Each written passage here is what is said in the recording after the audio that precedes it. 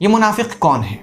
منافق وہ شخص ہے جو اپنے دل میں کفر چھپائے ہوا ہو اور اہل ایمان کے سامنے یہ ظاہر کرتا ہو کہ میں ایمان والا ہوں، میں سچا مومن ہوں۔ اسے منافق کہتے ہیں۔ منافق کی دو قسمیں ہیں، ایک ہوتا ہے منافق اعتقادی۔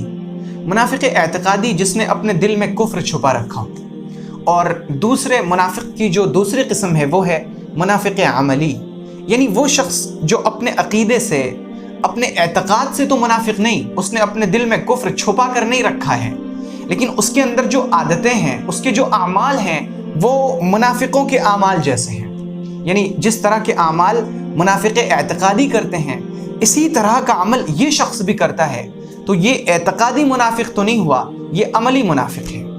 وہ جو اعتقادی منافق ہوا کرتے تھے وہ پیغمبر صلی اللہ علیہ وسلم کے زمانے میں وحی کے ذریعے پہچان لیے جاتے تھے کہ یہ منافق ہے، یہ منافق ہے، یہ منافق ہے، یہ منافق ہے، اس نے اپنے دل میں کفر چھپا رکھا ہے، اس نے بھی، اس نے بھی، اس نے بھی، ان لوگوں نے اپنے دل میں کفر چھپا رکھا ہے۔ لیکن اب جب کہ وحی کا زمانہ ختم ہو چکا، اب جب انسانوں پر وحی کا سلسلہ بند ہو چکا، تو اعتقادی منافق کا پتہ لگانا یہ ناممکن ہو گیا، کیونکہ دل کے حال کی خبر کسی انسان کو نہیں معلوم۔ کوئی شخص یہ دعویٰ نہیں کر سکتا کہ میں اس کے دل کی حالت اور کیفیت کو جانتا ہوں، اور اگر کوئی شخص ایسا دعویٰ کرتا ہے کہ میں جانتا ہوں اس کے دل میں کیا ہے، میں جانتا ہوں اس کی نیت کیا ہے، تو پھر اسے توبہ کرنی چاہیے، کیونکہ ہم سے جو اعلیٰ انسان تھے یعنی صحابہ کرام کو بھی لوگوں کے دلوں کے حال کا علم نہیں تھا۔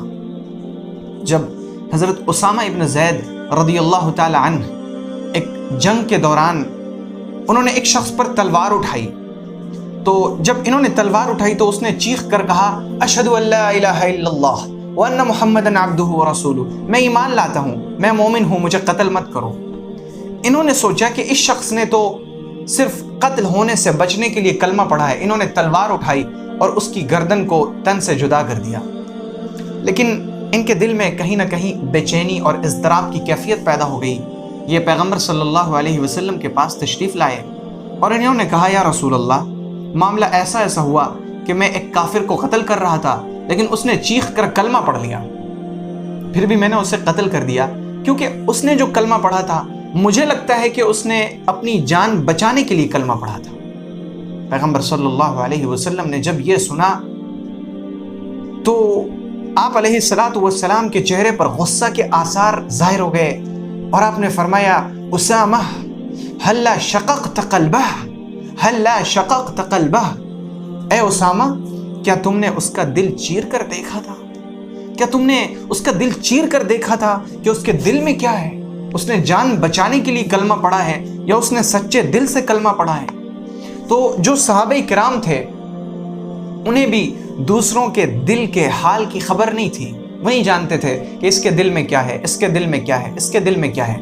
سو اگر ابھی اس زمانے میں کوئی شخص یہ دعویٰ کرے کہ میں جانتا ہوں تمہارے دل میں کیا ہے، میں جانتا ہوں تمہاری نیت کیا ہے، اگر کوئی شخص دوسروں کی نیتوں کو متہم کرے، وہ دوسروں کی نیتوں کے بارے میں فیصلہ کرے کہ اس کی نیت یہ ہے، اس کی نیت یہ ہے، اس کی نیت یہ ہے، تو دوسروں کی نیتوں کا خود سے فیصلہ کرنا یہ گناہ کبیرہ ہے۔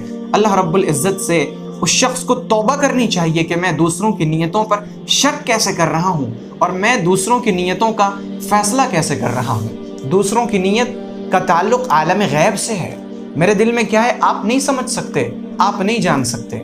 آپ اگر کہتے ہیں کہ میرے دل میں یہ ہے تو پھر یہ ایک غیب کا دعویٰ ہوگا، جسے اس شخص کو توبہ کرنی چاہیے جو ایسا دعویٰ کر رہا ہے۔ تو منافق اعتقادی کا پتہ اس زمانے میں نہیں چل سکتا، اس زمانے میں یہ خبر نہیں ہو سکتی کہ کس نے اپنے دل میں کفر چھپا رکھا ہے اور کس کے دل میں حقیقی ایمان ہے۔ اس زمانے میں جو اب نفاق باقی بچا ہے وہ منافق عملی، وہ لوگ اس زمانے میں موجود ہیں، اور یہ وہ لوگ ہیں جو ہوں تو مومن لیکن ان کے جو اعمال ہو، ان کی جو خصلتیں اور عادتیں ہوں وہ منافقوں والی ہوں۔ پیغمبر صلی اللہ علیہ وسلم نے صحیح حدیث میں فرمایا اربع من کن فیہ کانت فیہ خصلۃ من النفاق حتی یدعها، کہ 4 چیزیں جس شخص کے اندر ہوں گی وہ اس کے اندر یہ منافق والی خصلت ہوگی جب تک کہ وہ اس کو چھوڑ نہ دے۔ 4 عادتیں ایسی ہیں جو عادتیں منافق کی ہوتی ہیں، اور ہر انسان کو چاہیے کہ وہ ان 4 عادتوں کو اپنے اندر سے نکال دے، کیونکہ یہ عادتیں وہ عادتیں ہیں جو عام طور سے منافقوں کے اندر ہوتی ہیں۔ اور یہ 4 عادتیں کون سی ہیں؟ پیغمبر علیہ السلام نے فرمایا اذا اؤتمن خانہ، جب اس کے پاس امانت رکھی جائے تو یہ امانت میں خیانت کرے۔ یعنی ہم نے کسی شخص کے پاس کوئی سامان رکھا یا کوئی پیسہ رکھا، 1000 روپے دیا کہ صاحب آپ 1000 روپے رکھیں، جب میں آپ سے مانگوں تو آپ مجھے یہ دے دیجیے گا۔ اب جب مجھے ضرورت پیش آئی، میں نے اس سے کہا کہ صاحب میرے 1000 روپے واپس کریں۔ اب وہ کہتا ہے کہ 10 دن کے بعد لے لیجیے، کل لے لینا، پرسوں لے لینا، پھر وہ کسی وقت 200 روپے دے، کسی وقت 300 دے، کسی وقت 400 دے۔ یہ امانت میں خیانت ہے۔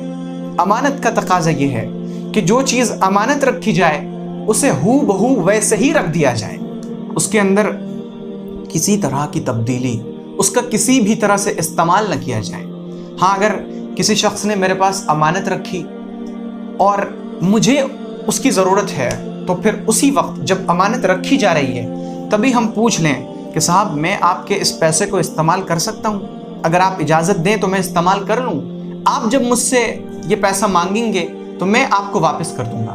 اب اگر امانت رکھنے والا ہمیں اجازت دے دے تو پھر میرے لیے شرعاً یہ جائز ہے کہ میں اس پیسے کو وقتی طور پر استعمال کروں، لیکن یہ جائز نہیں کہ جب وہ مانگے تو ہم ٹال مٹول کرنے لگیں، کیونکہ یہ امانت میں خیانت ہوگی۔ اسی طرح سے امانت میں خیانت یہ بھی ہے کہ میں نے آپ سے کوئی بات کہی کہ میں آپ سے اپنے راز کی یہ بات کہہ رہا ہوں، آپ کسی سے کہیے گا نہیں، آپ کسی سے ذکر مت کیجیے گا۔ آپ نے میری بات سنی، آپ نے کہا کہ ہاں مفتی صاحب آپ بالکل مطمئن رہیے، میں کسی سے نہیں کہوں گا۔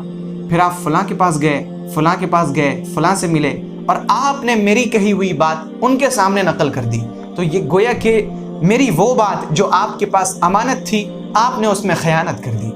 تو کسی کے راز کو دوسروں کو بتا دینا یہ بھی امانت میں خیانت ہے۔ اللہ رب العزت ہمیں امین بنائے اور ہمیں خیانت کرنے سے بچائے۔ یہاں پر رک کر ایک بات یہ بھی یاد رکھی جائے کہ جو لوگ اپنا راز دوسروں کو بتاتے ہیں اور یہ چاہتے ہیں کہ یہ شخص میرا راز کسی کو نہ بتائے، اسے یہ سوچنا چاہیے کہ جب میں نے خود اپنے راز کی حفاظت نہیں کی، میں نے اپنا راز دوسرے کو بتا دیا، میں نے خود جب اپنے راز کی حفاظت نہیں کی تو دوسرا شخص میرے راز کی کیا حفاظت کرے گا؟ اس سلسلے میں سب سے بڑی ذمہ داری تو مجھ پر تھی کہ میں خود اپنے راز کی حفاظت کرتا۔ اپنا راز اگر راز رکھنا ہو تو کبھی کسی کو مت بتائیں، اور خاص طور پر وہ گناہ جو ہم نے ایسی حالت میں کیا کہ ہمیں کسی نے نہیں دیکھا، اس گناہ کے بارے میں کوئی نہیں جانتا، اللہ رب العزت نے اس پر ستاری کا معاملہ کر دیا، اللہ نے اسے چھپا دیا۔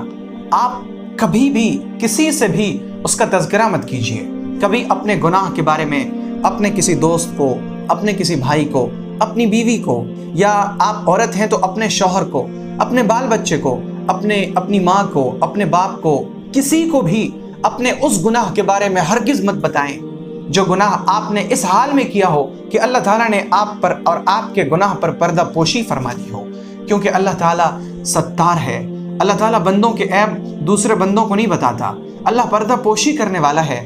اور آپ جب تک اپنے گناہوں پر پردہ پوشی کرتے رہیے گا، آپ جب تک اپنے گناہوں پر پردہ ڈالے رکھیں گے، اللہ تعالیٰ آپ کے گناہوں پر بھی پردہ ڈالے رکھے گا۔ لیکن جیسے ہی آپ اپنے گناہ دوسروں کو بتائیں گے، اللہ تعالیٰ دوسروں کی نظر میں آپ کو ذلیل اور خوار کر دے گا۔ اسی لیے اگر کوئی گناہ ایسا ہو جو آپ نے اس حال میں کیا ہو کہ اسے کوئی نہیں جانتا، تو پھر اسے ایسا ہی رہنے دیجئے کہ اسے آپ کی موت تک کوئی نہ جانے، اور قیامت کے دن بھی انشاءاللہ اللہ رب العزت اس پر پردہ پوشی فرمائے گا۔ کبھی بھی اپنا گناہ کسی کو نہ بتائیں، اس راز کو تو کسی کو بتائیے ہی نہیں، چاہے اگلا شخص کوئی بھی ہو، کسی کو بھی اپنے گناہ کے بارے میں نہ بتائیں۔ تو جب ہم اپنے راز کی حفاظت نہیں کریں گے، اپنا راز دوسروں سے بتائیں گے، تو دوسرا شخص ہمارے راز کی کیا حفاظت کرے گا؟ تو یہ امانت میں خیانت یہ وہ صفت ہے جو منافقوں کی صفت ہے، اور اگر کسی شخص کے اندر یہ صفت ہے کہ وہ امانت میں خیانت کرتا ہے تو اسے چاہیے کہ اپنے اندر سے اس صفت کو دور کرنے کی کوشش کرے۔ دوسری صفت جو منافقوں کی ہے، وَإِذَا حَدَّثَ كَذَبَ، جب وہ بات کرے تو جھوٹ بولے. مومن کبھی جھوٹ نہیں بولتا. ایک حدیث میں پیغمبر صلی اللہ علیہ وسلم نے فرمایا, کسی صحابی نے پوچھا یا رسول اللہ مومن چوری کر سکتا ہے؟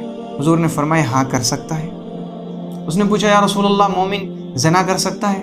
فرمایا ہاں زنا بھی کر سکتا ہے. انہوں نے پوچھا یا رسول اللہ مومن جھوٹ بول سکتا ہے؟ حضور نے فرمایا نہیں, مومن جھوٹ نہیں بول سکتا. مومن جھوٹ نہیں بول سکتا. مومن اللہ تعالیٰ کی لعنت کا مستحق نہیں ہو سکتا. جھوٹوں پر اللہ نے لعنت فرمائی ہے. اللہ نے فرمایا لعنت اللہ علی الکاذبین, جھوٹوں پر اللہ کی لعنت ہو. ہمیشہ سچ بولا جائے, جب بھی بولا جائے سچ بولا جائے. اور سچ کی اتنی اہمیت ہے کہ جو لوگ سچ بولتے ہیں اللہ کو وہ اتنے پسند ہیں کہ اللہ نے اپنے عام بندوں سے کہا کہ یہ لوگ مجھے اتنے پسند ہیں کہ تم ان کے ساتھ رہا کرو. اللہ نے فرمایا یا ایھا الذین آمنوا اتقوا اللہ وکونوا مع الصادقین, اے ایمان والو اللہ سے ڈرو اور یہ جو سچے لوگ ہیں نا ان کے ساتھ رہا کرو. تو جھوٹ یہ منافقوں کی ایک نشانی ہے. اور تیسری صفت جو منافقوں کی ہے وہ ہے وَإِذَا عَاهَدَ غَدَرَ, جب وہ وعدہ کرے تو وعدہ خلافی کرے. یعنی کسی شخص سے یہ وعدہ کر لیا جائے کہ میں کل آپ سے 10 بجے دن میں فلاں جگہ پر ملوں گا, تو یہ ملنا ضروری ہے.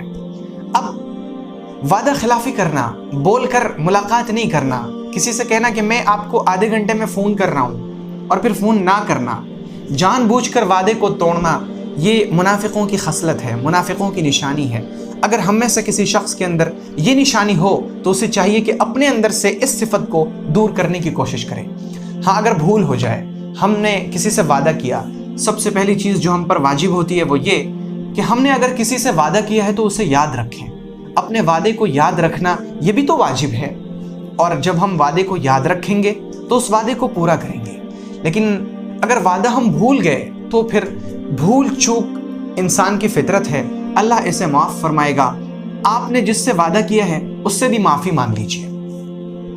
یہاں پر رک کر ایک بات یہ بھی ذہن نشی رہے کہ اگر کسی سے گناہ پر وعدہ کیا ہو, جیسے کسی نے کسی شخص سے یہ عہد کیا, یہ وعدہ کیا کہ میں وعدہ کرتا ہوں میں بھی تمہارے ساتھ چوری میں شریک رہوں گا, یا میں وعدہ کرتا ہوں کہ میں فلاں جگہ پر جھوٹی گواہی دوں گا, اور اب اسے یہ احساس ہو رہا ہے کہ میں نے وعدہ تو کر لیا لیکن گناہ کا وعدہ کیا ہے, تو ایسے وعدے کو پورا کرنا واجب نہیں بلکہ ایسے وعدے کو توڑ دینا واجب ہے, اور ایسے وعدے کو پورا کرنا گناہ ہے.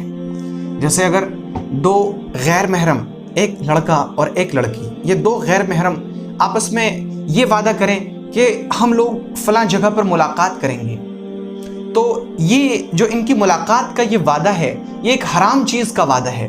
یہاں پر ملنا اور وعدے کو پورا کرنا واجب نہیں بلکہ اس وعدے کو نہ پورا کرنا واجب ہے, اس وعدے کو توڑ دینا واجب ہے. تو وعدہ خلافی کے تعلق سے یہ چیز ذہن نشی رہے کہ جو اچھی چیز کا, جائز کام کا جو وعدہ ہے اس کو پورا کرنا واجب ہے, اور وعدے کو توڑ دینا منافق کی نشانی ہے. اسی طرح چوتھی نشانی منافق کی وہ ہے وَإِذَا خَاصَمَ فَجَرَ, جب کسی سے جھگڑا ہو تو جھگڑے میں جو منافق ہوتا ہے وہ گالی بکتا ہے. گالی کہتے ہیں کسی بندے کا کوئی عیب بیان کرنا, وہ عیب جو اس کے اندر موجود ہے اس کو بیان کرنا یہ گالی ہے, اور وہ عیب جو اس کے اندر موجود ہی نہیں وہ بیان کرنا یہ الزام اور تہمت ہے جو گالی سے بڑھا ہوا ہے. تو جب کوئی منافق, اس کا کسی شخص سے جھگڑا ہوتا ہے, وہ کسی سے لڑائی کرتا ہے, تو وہ سنجیدگی کا دامن اپنے ہاتھ سے چھوڑ دیتا ہے.